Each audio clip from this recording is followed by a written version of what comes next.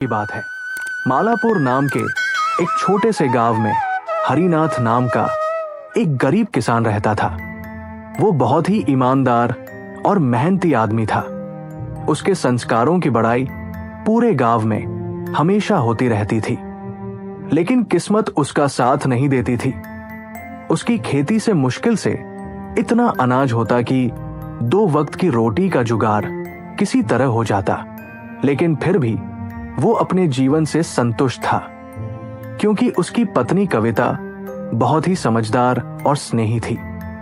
लेकिन एक समस्या थी, कविता की कोई संतान नहीं थी। गांव में इसे बहुत बड़ा अभिशाप माना जाता था। समाज के ताने और अपने मन की अधूरी इच्छा के कारण एक दिन हरिनाथ ने दूसरी शादी कर ली। उसकी दूसरी पत्नी ममता बेहद सुंदर थी, लेकिन उतनी ही चतुर और स्वार्थी थी। दूसरी शादी करने के बाद हरिनाथ की जिंदगी और भी कठिन हो गई, क्योंकि उसे 2 पत्नियों के बढ़ते खर्चों का बोझ उठाना था। कविता, तुम मुझसे नाराज तो नहीं होना, क्योंकि मैंने तुम्हारे रहते हुए दूसरी शादी कर ली, लेकिन मैंने दूसरी शादी तुम्हारी मर्जी से ही किया हूँ।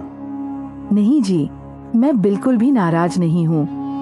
मैं आपके सामने रहकर अपनी पूरी जिंदगी गुजार दूंगी। वो सब छोड़िए, आज आपको खेत में काम करने नहीं जाना है क्या? तुम मुझे जल्दी से कुछ खाने के लिए दे दो। मैं खाना खाकर तुरंत काम करने के लिए निकल जाऊंगा। ठीक है जी, आप बैठिए, मैं खाना लगा देती हूँ। कविता अपने हिस्से की रोटी हरिनाथ को परोस देती है। तभी कविता उसे देखती है और कहने लगती है, क्या मैंने आपका साथ निभाने में कोई कमी की थी? नहीं कविता, तुम तो मेरी ताकत हो, पर संतान की चाह में मैं मजबूर हो गया। लेकिन फिर भी मैंने तो तुमसे पूछ कर ही शादी किया था। दोनों लोग आपस में बात कर ही रहे थे कि तभी ममता भी कमरे में आ जाती है। अरे, आप अभी तक घर पर ही हैं। जल्दी जाइए और पैसा कमा कर लाइए। मुझे मेकअप का सामान खरीदना है और एक छोटा सा गहना भी खरीदना है। देखो ममता, मैं कविता के हिस्से की रोटी खा रहा हूँ। मेरे पास इतने पैसे भी नहीं हैं कि थोड़ा सा राशन ला सकूं। तुम्हें गहने कहां से दिलाऊं? हमारी कमाई तुम तो जानती ही हो। किसी तरह तुम लोगों का जीवन चलता रहे, हमारे लिए वही काफी है। तुम्हारे घर में जब खाने के लिए कुछ नहीं है, तो इस घर में मेरा क्या काम है? मुझे तो अच्छे कपड़े और गहने चाहिए। ये गरीबी मुझे बिल्कुल पसंद नहीं। मैं तुम लोगों के साथ नहीं रह सकती। दीदी, आप ऐसा क्यों कह रही हो? आज नहीं तो कल हालात जरूर बदलेंगे और आपकी सारी इच्छा पूरी होगी। आप हम लोगों को कुछ समय दीजिए। अरे रहने दो, अब तुम ज्यादा समझदार मत बनो। अब मुझे तुम लोगों की कोई भी बात नहीं सुननी है। इतना कहकर ममता घर से निकल जाती है। इधर कविता ममता के जाने पर उदास हो जाती है। उसकी आंखें भर आती है। वो धीरे धीरे हरिनाथ की ओर देखती है और कहती है, अब क्या होगा जी? मैंने कुछ गलत तो नहीं कहा ना? नहीं कविता, तुमने कुछ भी गलत नहीं कहा। तुमने जो कुछ भी कहा है बहुत ही अच्छा कहा है। तुम चिंता मत करो, वह कहीं नहीं जाएगी। तुम देखना, 1-2 दिन में वह अपने आप वापस आ जाएगी। इतना कहकर हरिनाथ खेत में काम करने के लिए घर से निकल जाता है। जैसे ही खेत में पहुंचता है, तभी गांव का एक आदमी मुराली वहां पर आ जाता है। और भाई हरिनाथ, सब ठीक तो है ना? क्या कर रहे हो आजकल? दिखाई नहीं दे रहे हो। मैंने सुना कि तुमने दूसरी शादी कर ली है।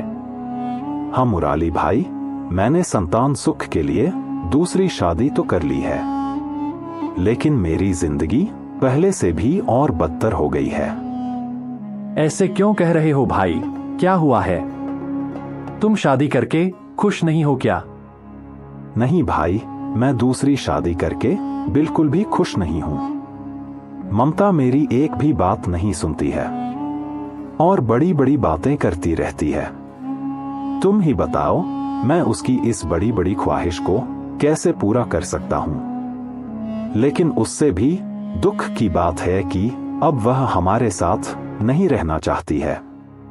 अरे यार हरिनाथ, तब तो तुम्हारी जिंदगी बहुत ही मुश्किल हो गई है। अब तो तुम्हें ही दोनों को किसी तरह मैनेज करना होगा। उसमें हम लोग क्या कर सकते हैं? इतना कहकर मुराली वहां से चला जाता है और हरिनाथ का भी काम करने में मन नहीं लगता है। वो भी घर के लिए चल देता है और घर आकर देखता है तो ममता घर पर आ गई होती है। सुनिए जी, मुझे माफ कर दीजिए। मुझसे बहुत बड़ी गलती हो गई। आज के बाद मैं कभी भी कहीं नहीं जाऊंगी। कोई बात नहीं है। मैं जानता था कि तुम जरूर वापस लौटकर आओगी। लेकिन मुझे आपसे एक बात कहनी है। बोलो, क्या कहना चाहती हो? देखिए जी, आप जब देखो कविता कविता करते रहते हो। घर का सारा पैसा भी उसे ही देते हो।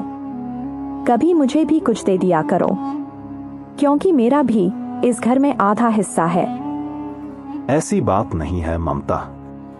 मैं जितना प्यार कविता से करता हूं, उतना ही प्यार तुमसे भी करता हूं। लेकिन फिर भी अगर ऐसी बात है तो चलो ठीक है। आज से मैं आधा पैसा कविता को और आधा पैसा तुमको दे दिया करूंगा। इस प्रकार तब से हरिनाथ की जितनी भी कमाई होती दोनों को आधा आधा बांट दिया करता और उसकी दोनों पत्नियां खुशी खुशी रहने लगती हैं। लेकिन इस तरह धीरे धीरे 5-6 महीना बीत गया और हरिनाथ को संतान सुख की कोई भी उम्मीद नहीं जागी। एक दिन हरिनाथ गांव के बाहर एक पेड़ के नीचे उदास होकर बैठा रहता है और अपनी किस्मत को कोस रहा होता है। न जाने भगवान ने मेरे भाग्य में संतान सुख लिखा भी है या नहीं। न जाने किस कर्म की सजा मुझे मिल रही है। हरिनाथ बैठकर इतना सोच ही रहा था कि तभी नारद मुनि के भेष में एक साधु बाबा एकाएक उसके सामने आ जाते हैं। क्या बात है बच्चा? तुम्हारे चेहरे की उदासी देखकर मुझे लग रहा है कि तुम बहुत ही कठिन परीक्षा से गुजर रहे हो। हाँ बाबा, लग रहा है मेरे भाग्य में दुख ही दुख लिखा है। मुझे तो लगता है कि मेरा यह दुख मेरे जाने के बाद ही समाप्त होगा। आखिर तुम क्या चाहते हो बच्चा? मुझे साफ साफ बताओ।